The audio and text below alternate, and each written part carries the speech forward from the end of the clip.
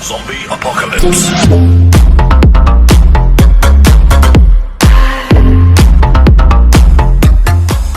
Assalamualaikum warahmatullahi wabarakatuh. Perkenalkan, saya Trizaini Ananda dari kelas 10. Di sini saya akan menjelaskan tentang alat lab dan fungsi.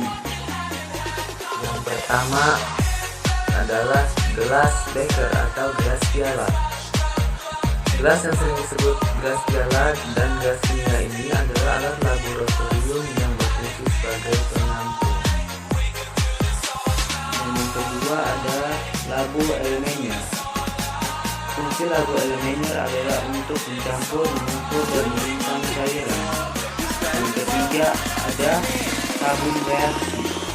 Tabung reaksi berfungsi untuk mencampur, menampung, dan memanaskan bahan-bahan kimia cair atau padat, utamanya untuk uji kualitatif. Keempat, ada gelas ukur. Fungsi gelas ukur adalah sebagai alat untuk mengukur volume larutan, mulai dari volume 10 ml hingga 2 liter. Berikutnya, saya akan menjelaskan tentang simbol-simbol lab meliputi sifat bahan. Yang pertama ada eksplosif atau mudah meledak. Bahan kimia yang diberi simbol seperti gambar di samping adalah bahan yang mudah meledak atau eksplosif. Ledakan pada bahan tersebut bisa terjadi karena beberapa penyebab. Misalnya karena benturan, pemanasan, pukulan, gesekan, reaksi dengan bahan kimia lain, atau adanya sumber percikan api. Ledakan pada bahan kimia dengan simbol ini kadangkali bahkan dapat terjadi meski dalam kondisi tanpa oksigen. Beberapa contoh bahan kimia dengan sifat eksplosif misalnya TNT, amonium nitrat, dan nitroselulosa. Bekerja dengan bahan kimia yang mudah meledak membutuhkan pengalaman praktis sekaligus pengetahuan. Menghindari hal-hal yang dapat memicu ledakan sangat penting dilakukan untuk mencegah risiko fatal bagi keselamatan diri. Yang kedua, ada oxidizing atau mudah teroksidasi. Bahan kimia yang diberi simbol seperti gambar di samping adalah bahan kimia yang bersifat mudah menguap dan mudah terbakar melalui oksidasi atau oxidizing. Penyebab terjadinya kebakaran umumnya terjadi akibat reaksi bahan tersebut dengan udara yang panas, percikan api, atau karena reaksi dengan bahan-bahan yang bersifat reduktor. Bekerja dengan bahan kimia oxidizing membutuhkan pengetahuan dan pengalaman praktis. Jika tidak, resiko kebakaran akan sangat mungkin terjadi. Adapun beberapa contoh bahan kimia dengan sifat ini, misalnya hidrogen perioksida dan kalium perklorat.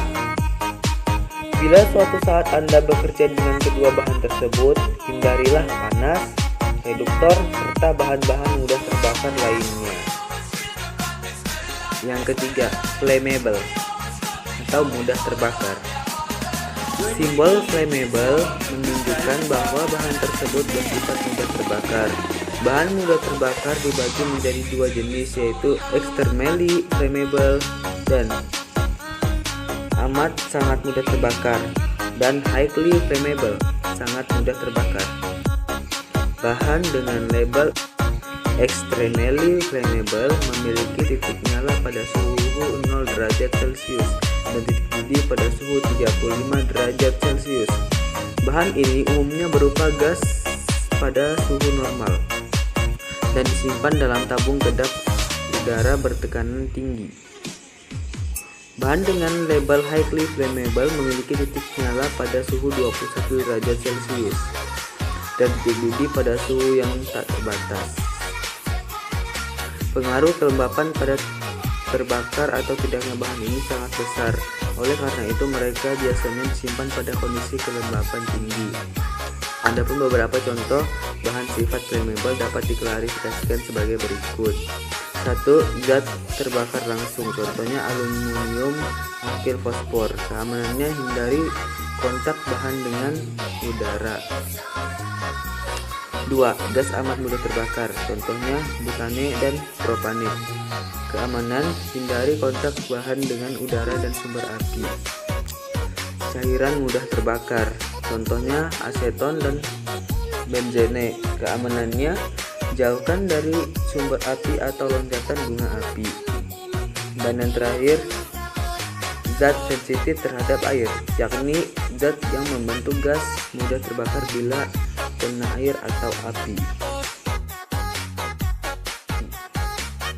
4. Ada toksik atau beracun.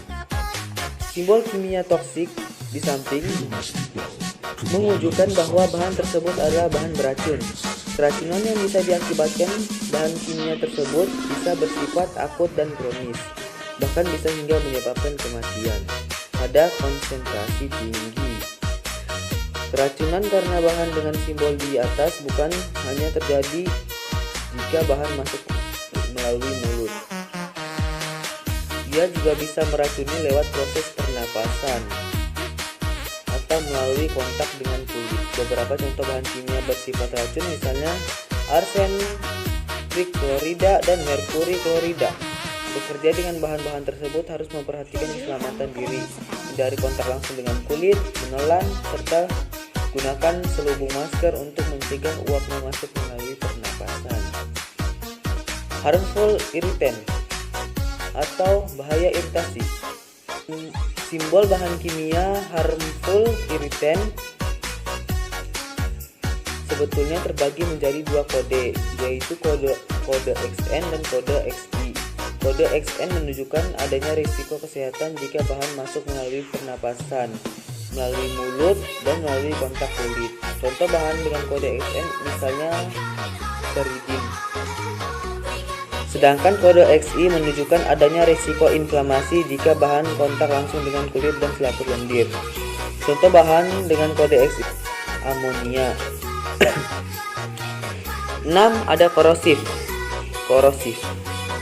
Simbol korosif menunjukkan bahwa suatu bahan tersebut bersifat korosif dan dapat merusak jaringan hidup.